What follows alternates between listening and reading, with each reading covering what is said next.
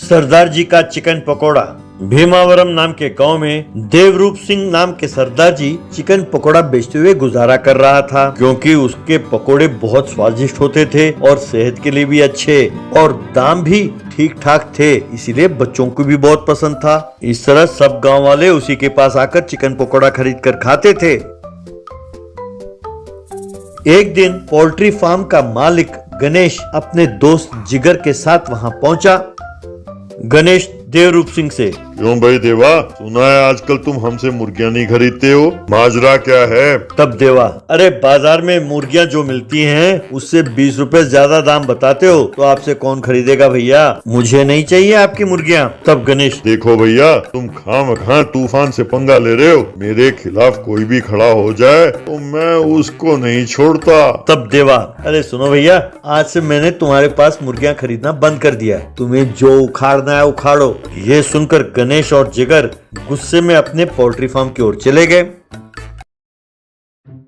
वहां जिगर से गणेश, यार उसकी ये हिम्मत कि सबके सामने वो मेरी बेइज्जती करे, उसे सबक सिखाना होगा, उसे मेरे सामने आकर गिड़गिड़ाना होगा। तब जिगर, अरे भैया, उसे भी तो धंधा करना है, अगर उसका मुनाफा आप ले लोगे तो वो अपना गुजारा कैसे करेगा, जरा सोचो तो सही। तब गणेश, ये क्या तुम मेरे आदमी होकर उसकी तरफदारी कर रहे हो? क्यों, तुम्हें ये नौकरी नहीं चाहिए? तब जिगर अपने मन में, ये एक बड़ा कमीना है, इसे नसीहत देने का कोई फायदा नहीं है, ऐसे ही गलत काम करता रहता है और बाद में बहुत बड़ा नुकसान उठाता है। यूं सोचा। अब गणेश जिगर से, अरे जिगर, मेरे दिमाग में बहुत बढ़िया आइडिया आया है। वो देवा का छोटा भाई है ना, नालायक सरदार, उसे उकसाते हैं। देवा के ठेले के सामने ही सेंटर में उसका एक चिकन पकोड़े के ठेला लगवाते हैं। उसे हम सस्ते दामों में चिकन देंगे, पर इस सरदार का दुकान जरूर बंद कराएंगे। क्यों, क्या कहते हो? तब जिगर, अरे भैया, अगर दाम कम करना है तो वही दाम कम करके देवा को चिकन दे सकते हो ना भाई, हमारा भी अच्छा धंधा होगा और टाइम टू टाइम वो पैसे भी दे देता है। गणेश, अरे जा चुप हो जा, यूं बोलेगा जैसे सब कुछ पता है इसे, हैं? पहले चलो हम उसके भाई के पास जाते हैं।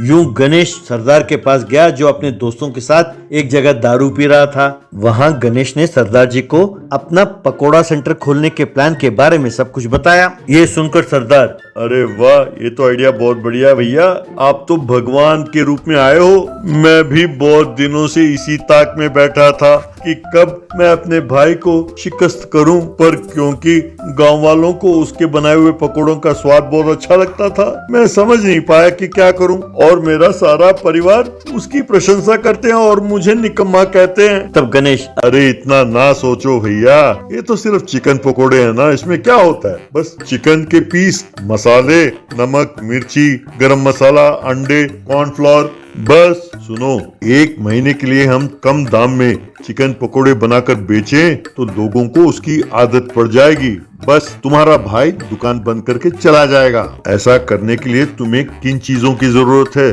जरा मुझे बताओ, मैं प्रबंध कर दूंगा। कहकर चला गया।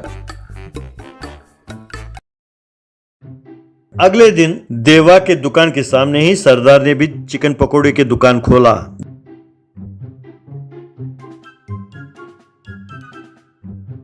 गणेश ने आकर वो सारा प्रबंध देखा और कहने लगा, अरे वाह, मजा आ गया भैया, भाई तुम मुझे बहुत अच्छे लगे। आज से हम दोनों का दुश्मन एक ही है, तुझमें और मुझमें कोई फर्क नहीं है। मैं 1 महीने के लिए गांव छोड़कर जा रहा हूँ, तुम्हें जितना चिकन चाहिए मेरे दुकान से उधार ले लो। 1 महीने बाद जब मैं लौटूं तो इस देवा का दुकान यहाँ नहीं होना चाहिए।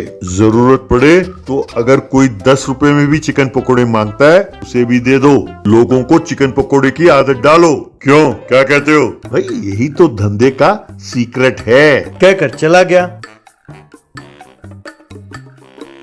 अब गणेश की बातों को सरदार ने ठीक से नहीं समझा और वो 1 प्लेट पकोड़े 10 रुपए में बेचने लगा।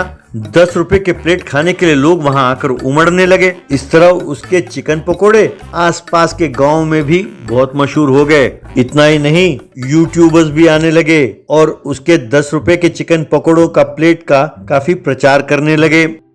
यूं एक महीना बीत गया। ये सब देखकर सरदार के भाई देवा ने कुछ दिनों के लिए अपना दुकान बंद कर दिया। अब गणेश सरदार के दुकान के पास आया।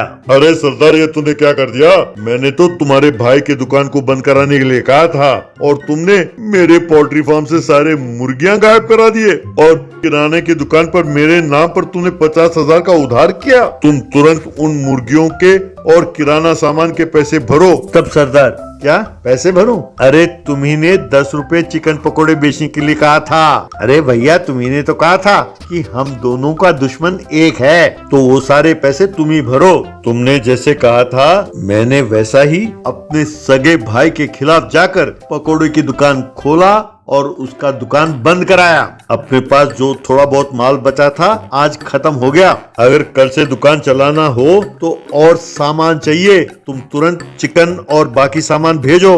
देश भर में अपनी दुकान का नाम होना चाहिए। हाँ, कल ही बहुत सारे यूट्यूबर्स आए थे और उन्होंने नए नए रील्स बनाए हैं। अगर आनाकानी की तो लोग अपने घर आकर मारेंगे हमें। तब गणेश, अरे भैया, मैं तुम्हारे हाथ जोड़ता हूँ, रहने दो तुम और तुम्हारे ये 10 रुपए वाले पकोड़े। अब YouTube में तुम्हें मशहूर करने के चक्कर में मैं अपनी सारी संपत्ति बेच डालूं। दफा हो जाओ यहाँ से, मैं ये गांव छोड़कर जा रहा हूँ। कहकर वो गांव छोड़कर भाग गया।